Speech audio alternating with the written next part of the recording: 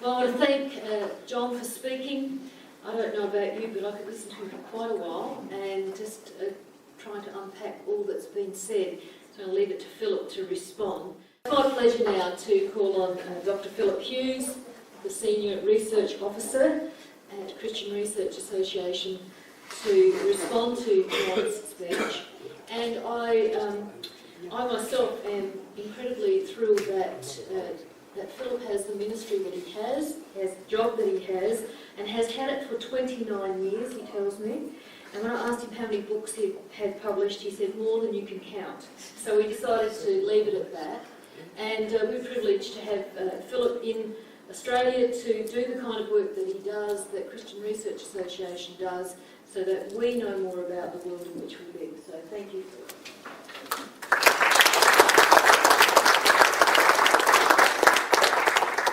I begin by offering my thanks, firstly to John. I feel that you gave us a lot to think about, John. My sense is that while politicians may not always be conscious of the influences on them and how those influences actually work out in terms of values and what that all means, my suspicion is that that's true from the Australian population as a whole. I've certainly heard that in relation to schools and to teachers at school and so on. There's a whole lot of context where people actually know how to live but are not really conscious of the underpinning of what has led to the decisions that they make about life. My sense is that some of the people whose figures are represented in that book will be surprised that it actually appears in that sort of way. We've learnt the patterns of life. We haven't always thought about why. And my sense is that in a multicultural society, in a society where faith is an option, a lifestyle option, we actually need to be conscious, more conscious than we've been in the past perhaps, of why we make the decisions that we do. Behind the figures are many stories, and immigration is a very significant part of what's currently sort of shaping religious faith in the Australian context. Of course, we are well aware of the Lutherans who came here in the 19th century, came to Australia as migrants and formed the Lutheran Church, settled in South Australia, others settled in Queensland, and others spread from South Australia, particularly into the Western District of Victoria and to other places. But it's also happening now. Those movements are happening now in significant ways. There are many Iranians coming here partly for religious reasons. Some are Baha'i, some are Christian, others are coming who are looking for freedom to express their faith as they wish to do so. Again, there are many coming from Burma. There are very significant Burmese sections of many of our churches. There's many other religious groups too who have come here looking for the opportunity for religious freedom.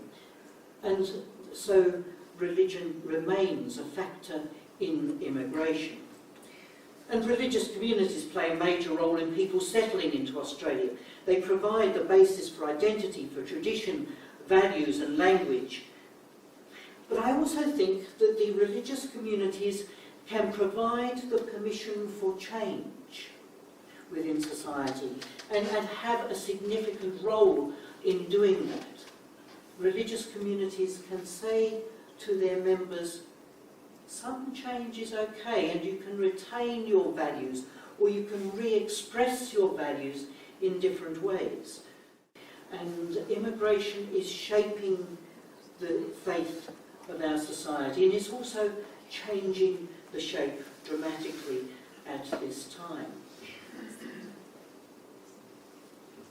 Marriage and family life. Religious celebrants are doing just 1/4 of all the marriages that occur in Australia today. It was very different even just a few years ago. I think the lines cross, you'll find the graph, the relevant graph, lines crossed only about 15 years ago in terms of the number who went to religious celebrants and those who went to civil celebrants. It's interesting that a whole lot of religious people now go to civil celebrants.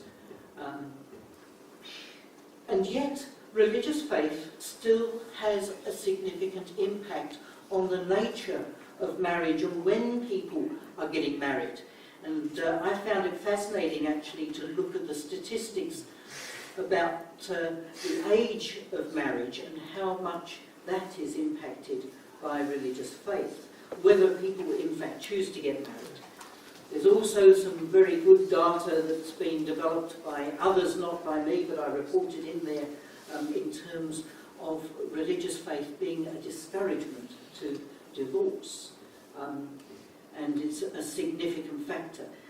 In fact, one of the most significant factors in discouraging divorce. So those who attend religious services monthly or more often, they're 300% more likely to be married by the age of 25, particularly if they're Jehovah's Witnesses, Muslims, Hindus, Latter-day Saints, Pentecostals, Baptists or Churches of Christ, compared with those who do not attend religious services. They're 37% less likely to ever experience divorce. And they're considerably more likely to have a large family of 4 or more children.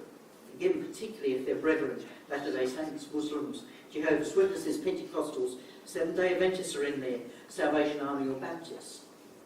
If you are Seventh-day Adventist, Churches of Christ, Baha'i, Salvation Army, Pentecostal or Baptist, you're at least 30% more likely to work in education, health or welfare than if you have no religion. We actually did some work some years ago where we traced people's religious faith at different points in life. So we looked at people in terms of their faith journey and when they exited from church or didn't or maintained their involvement. And what we found was that the churches were encouraging people into education, health or welfare type occupations. Those who didn't want to go into those occupations tended to drop out of the churches at a much greater rate than if they went into those sorts of occupations. And in fact, if you work in those areas, you are twice as likely to attend religious services than if you work in construction or trades, for example. And if you attend religious services weekly, you are 45% more likely to undertake voluntary work than if you never attend such services. The religious services play a very significant role in terms of the voluntary sector. The impact is not just out of identification, but the actual involvement in a faith community. And its faith communities remind people weekly of values. They motivate people. They also provide some skills. They provide training. Their groups provide training in a whole lot of community engagement forms.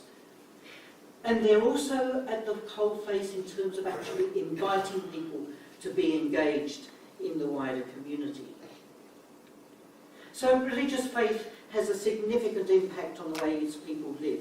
Patterns of marriage, patterns of family life, occupations, volunteering in the community.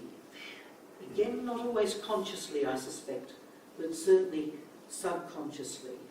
But there's also a variation in the quality of life.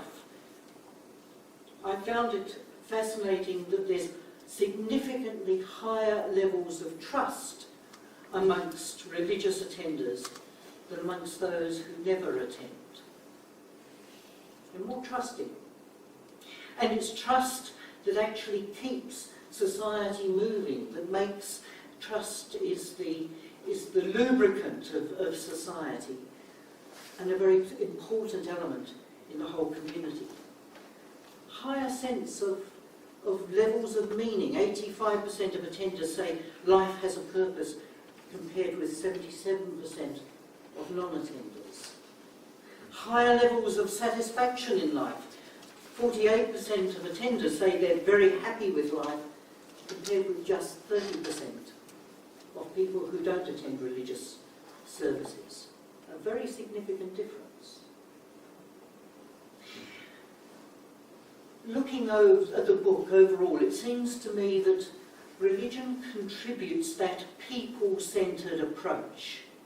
It emphasises again and again the importance of people and the well-being of people, and encourages a valuing of people rather than productivity or wealth.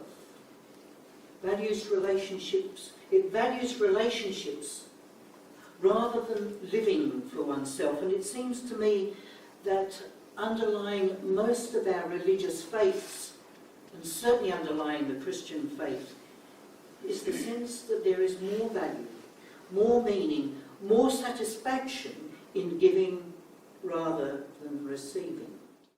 But out of all of that, it does seem to me that there's some issues for religious groups to reflect on. And I think there's other things that you may well draw out of what John Lenders was saying.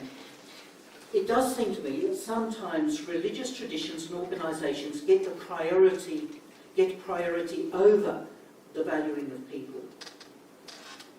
That sometimes we get so caught up in maintaining the strength of our organisations that we actually forget it's the people who matter.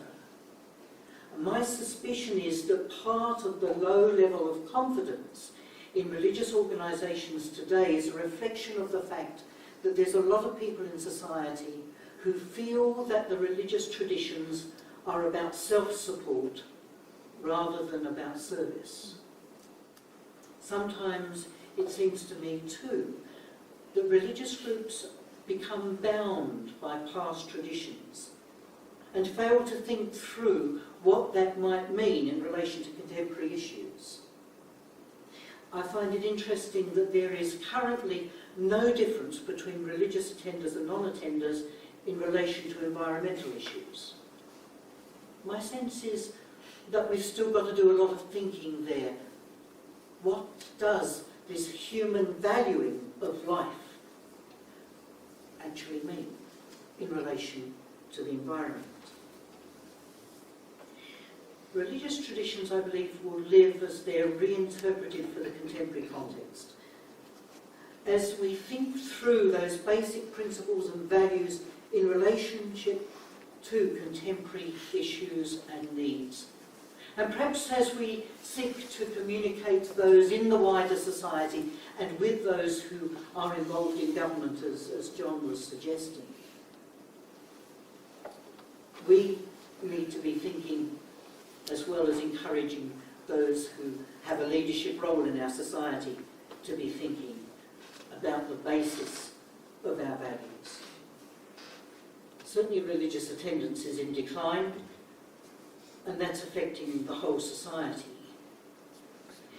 And what that will mean for these values and what it will mean for the society in the longer term, we don't know. We don't know. Can religious involvements take new forms? I suspect they will. I suspect that that's actually already happening in a range of ways.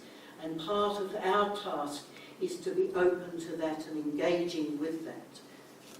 Are there new implications of pivotal religious principles, such as the value of the human being, for new issues today? The sorts of issues the government is making, seeking to make decisions about. My sense is that the message of the book is that religions will continue to will contribute to contemporary society as they really emphasise the value of human life and the well-being of humanity in an age which sometimes, at least, is dominated by considerations of economic productivity.